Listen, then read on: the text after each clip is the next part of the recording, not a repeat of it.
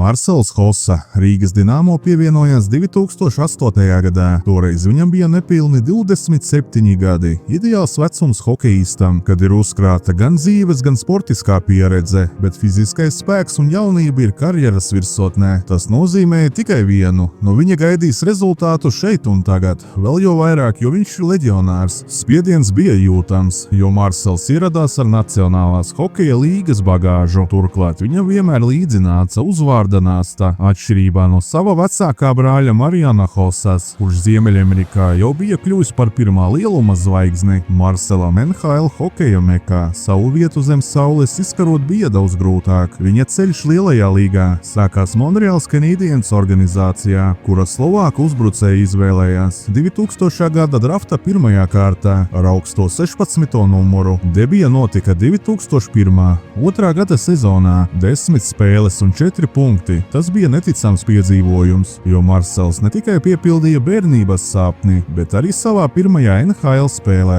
uzreiz guva vārtus. Monreālā viņš pavadīja 3 gadus, lielāko daļu laika cīnoties Amerikas hokeja līgas pārklubā, arī AHL līmenī. Viņš nebija starp pašiem rezultatīvākajiem. Sezonas noslēgumā komandas sarakstā ierindojoties 6.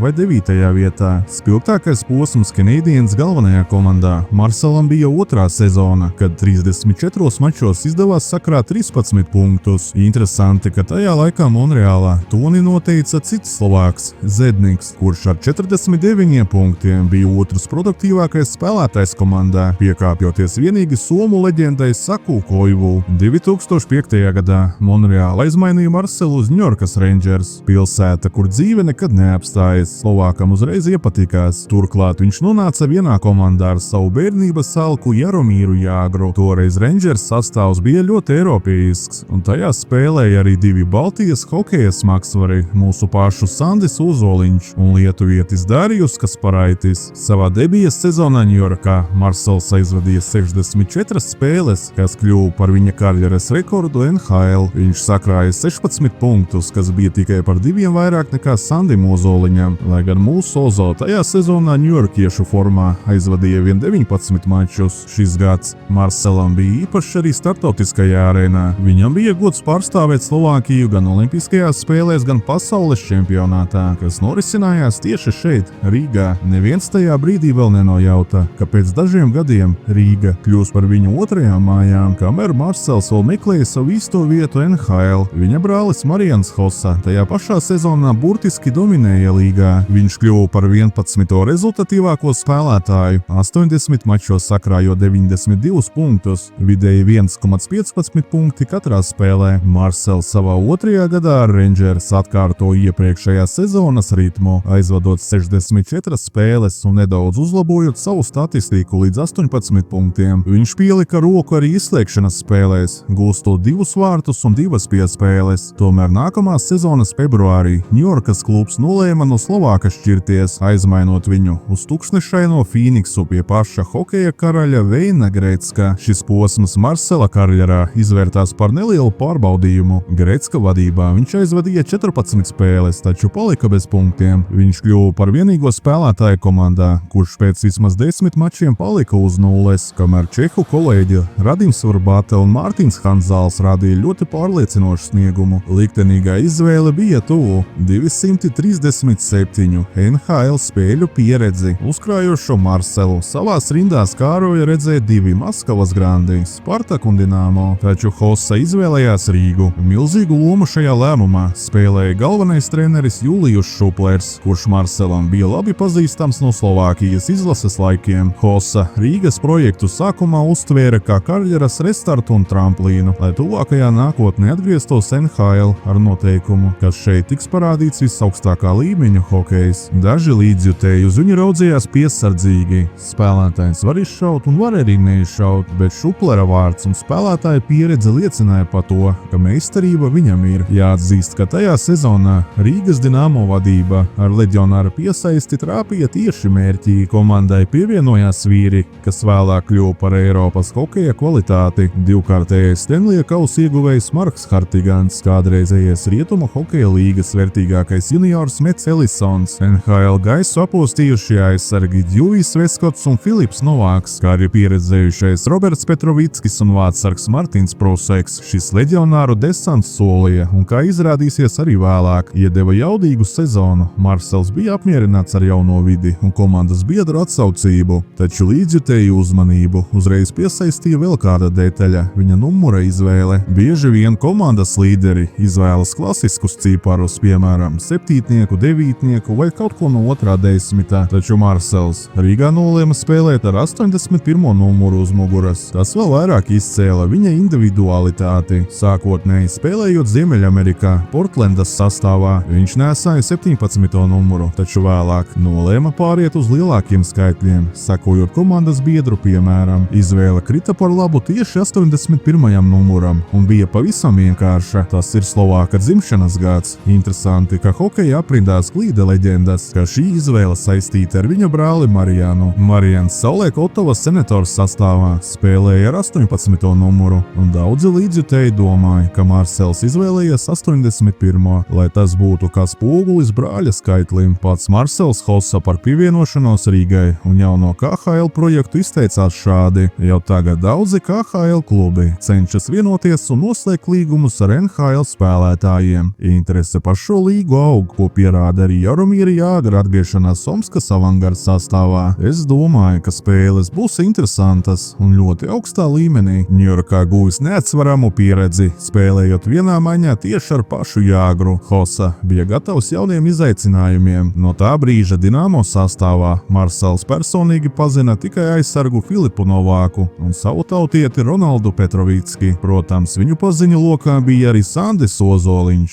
kurš, lai gan tobrīd vēl nebija Rīgā, pavisam tuvā nākotnē pievienosies šim projektam, lai kopā ar Marselu rakstītu kluba vēsturi. Vēsturisko pašu pirmo KHL regulārā sezonas spēli Rīgas Dinamo aizvadīja tālajā Habārovskā, svinot uzvaru pret vietējo Amūru ar 4-2. Šis mačs uzreiz parādīja komandas jauno seju. Pirmos vārtus kluba vēsturē vairākumā guva Aleksandrs Niživijs, bet ar vārtu guvumiem izcēlās arī leģionāri Marsels Hossa un Mets Elisons. Vārtos droši bija Edgars Masaļskis, kurš atvairīja 33 no 35 pretinieku metieniem. Pats vārta autors Niživijs vēlāk atcerējās: pirmos vārtus atceros labi, lielajā vairākumā atvars tribūns savus uzmeta no zilās līnijas, un es veiksmīgi tiku pie vārtsarga atsistās rīpas. Es jau Krievijā biju spēlējis pirms tam, tāpēc tikai vēlāk atnāca apziņa, ka šie tomēr ir vēsturiski vārti. Sezonas gaitā Hossa kļuva par īstu publikas elku, un janvārī viņš jau devās uz KHL zvaigžņu spēli, kur spēlēja plecu pie pleca ar savu elku Jāgru. Šajā paraugu demonstrējumu mačā Marsels burtiski spīdēja, izceļoties ar hat-trick pēc spēles, kas norisinājās zem klajas debesu sarkanajā laukumā. Slovāks atzina, ka labāk dotu priekšroku mačiem slēgtās arēnās. Tāpat hokeja aprindās smaidu izraisīja žurnālistu jautājums par to, vai KHL zvaigžņu spēle jau spēja konkurēt ar NHL analogu. Tobrīd ambīcijas bija milzīgas, taču realitātē pasākums ievērojami atpalika. Debijas sezonu Dinamo noslēdza 10. vietā visā līgā, bet izslēgšanas mačos 3 spēlēs nācās atzīt Maskavas Dinamo pārākumu. Marsels Hossa savā pirmajā gadā Rīgā kļuva par komandas pārliecinoši rezultatīvāko spēlētāju un ieņēma 17. vietu visā līgā. Viņa kontā 22 vārti un 22 piespēles. Turklāt viņš nebaidījās uzņemties iniciatīvu, izpildot vairāk nekā 200 metienu pa vārtiem. 2. un 3. vietu komandas bombardieru sarakstā ieņēma Hartigans un Elisons. Tikmēr no latviešu hokeistiem produktīvākais bija Aleksandrs Niživijs ar 27 punktiem. Interesanta situācija izvērtās vārtsargu līnijā, kur sezonas laikā slodze sadalījās starp 3 vīriem. Visvairāk darba bija pieredzējušajam Sergejam Naumovam. Viņš nospēlēja 29 spēlēs, kopumā uz ledus pavadot 1490 minūtes un tiekot galā ar 726 pretinieku metieniem. Tikmēr Martins Pruseks, kurš pievienojās sezonas gaitā, sargāja vārtus 20 mačos. Čeks nospēlēja 1164 minūtes, atvairot 531 metienu, un statistiski tieši viņš bija visliederīgākais. Ar Pruseku rāmī komanda pamatlaikā svinēja 10 uzvaras un piedzīvoja tikai 6 zaudējumus. Savukārt Edgars Masaļskis, kurš sezonu sāka kā pirmais numurs, paspēja spēja aizvadīt tikai 8 mačus. Viņš uz ledus bija nedaudz vairāk par 400 minūtēm, kuru laikā paspēja atvairīt 193 metienus. Šie skaitļi skaidri parāda, ka Dinamo vārtu drošība tajā gadā balstījās uz pieredzējušu vīru pleciem, kuriem darba netrūka nevienā spēlē. Dinamo otrajā KHL sezonā notika tas, ko Latvijā gaidīja ik viens hokeja līdzjutējs. Komandai pievienojās dzīvā leģenda Sandis Ozoliņš. Ozo ienākšana ģērbtuvē iedeva nepieciešamo impulsu un to pareizo grūdienu pretī lieliem mērķiem. Viņš atnesa ticību, ka uzvaras pār hokeja milžiem nav tikai leģendas, bet gan sasniedzama darba realitāte. Arī leģionāru rindās bija interesanti papildinājumi. Rīgā ieradās mazais Martins Karija, slavenā Pola Karijas brālis, kurš savulaik kopā ar Sandi bija spēlējis Anaheimas Mighty Ducks sastāvā. Novembrī sastāvu papildināja Tailers Arnasons, kurš NHL bija aizvadījis pieklājīgu karjeru Avalanche Senators un Blackhawks rindās. Tāpat pievienojās Maiks Siguldens, Adrians Fosters un aizsargs Līs Veits, kurš, starp citu, gadu vēlāk pamanīsies debitēt NHL Vancouveras Canucks sastāvā. Žēl bija zaudēt Metu Ellisonu, taču tāda ir hokeja ikdiena. Tomēr pats galvenais Rīgā palika Marcels Hossa.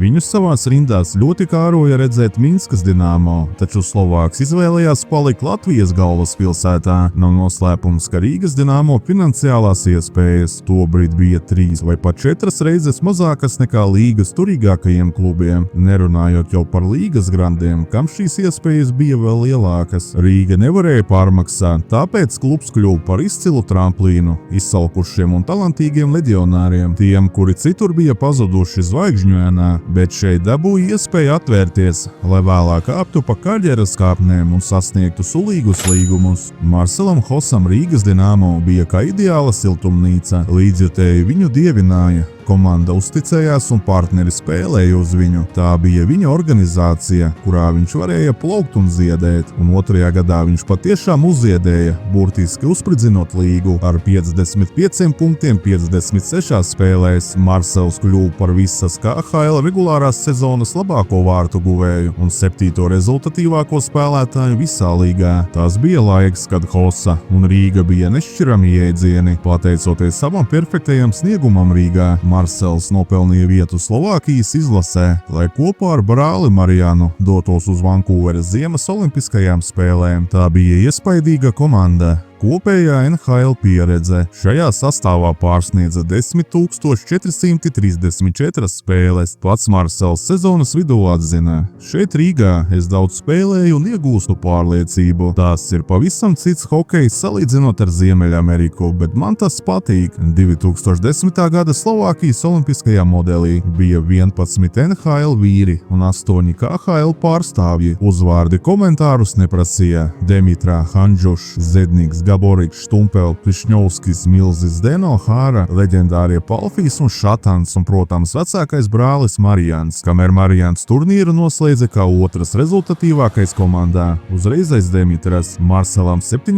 mačos izdevās tikt pie vienas rezultatīvas piespēles. Viņa loma izlasē bija pavisam cita nekā Rīgā. Atgriežoties no olimpiskajām spēlēm, sākās saldais ēdiens, līgas izslēgšanas spēles. Tas bija brīdis, par ko līdzjutēji tik ļoti mīl sportu. Rīgas Dinamo izdevās pārsteigt visus sērijā līdz 3 uzvarām, ar 3-1 pieveicot zvaigžņoto Sanpēterburgas kā vienību. Lai gan nākamajā kārtā neizdevās pārkāpt Balašihas MVD slieksnim, Rīgas ielās un arēnā valdīja neaprakstāmas emocijas. 9 playoff mačos Marcels sakrāja 5 punktus, gūstot 4 svarīgus vārtus. Pēc tik spilgtas sezonas visiem bija skaidrs: Slovāku snaiperis Rīgā nepaliks. Viņa sniegums tika atalgots ar vērienīgu līgumu. Pēdējo 2 gadu čempionu vienībā Kazaņas Akbars. Marcels tika iekļauts arī KHL simboliskajā izlasē. Protams, kā jau allaži viedokļi dalījās, ne visi glaudīja hokeista spalvu. Bija skeptiķi, kuri uzskatīja, ka Dinamo ir pārmaksājusi un ka Hoss ir pārvērtēts spēlētājs, kuram brīžiem pietrūks cīņas spara. Pats hokejists gan par to neuztraucās. Viņš bija gandarīts par paveikto un uzsvēra, ka visiem arī līdzjutējiem ir jālepojas ar šo sezonu. Uz to brīdi Marcels Hossa Dinamo Kreklā bija aizvadījis 120 spēles, izceļoties ar 63 vārtiem un 43 piespēlēm. Viņš bija kļuvis par Rīgas hokeja seju. Turpmākajos gados Rīgas Dinamo un Marcela Hossas attiecības kļuva par sava veida apusēju ielāpu. Dažādos karjeras posmos viņš steidza palīgā klubam, bet Dinamo palīdzēja viņam atgūt spēles garšu. Bija saulainākas dienas un bija arī mākoņainas. Tomēr vēl vienu patiešām jaudīgu sezonu Slovāks Rīgai dāvāja 2013.–14. gada kampaņā. Toreiz 50 spēlēs viņš guva 22 vārtus un atdeva 19 piespēles, vēlreiz apliecinot savu klasi. Pie pareizajiem apstākļiem Marcels Rīgā jutās kā zivs ūdenī, palīdzot vienībai pēdējo reizi kluba vēsturē iekļūt izslēgšanas spēlēs. Marcels Hossa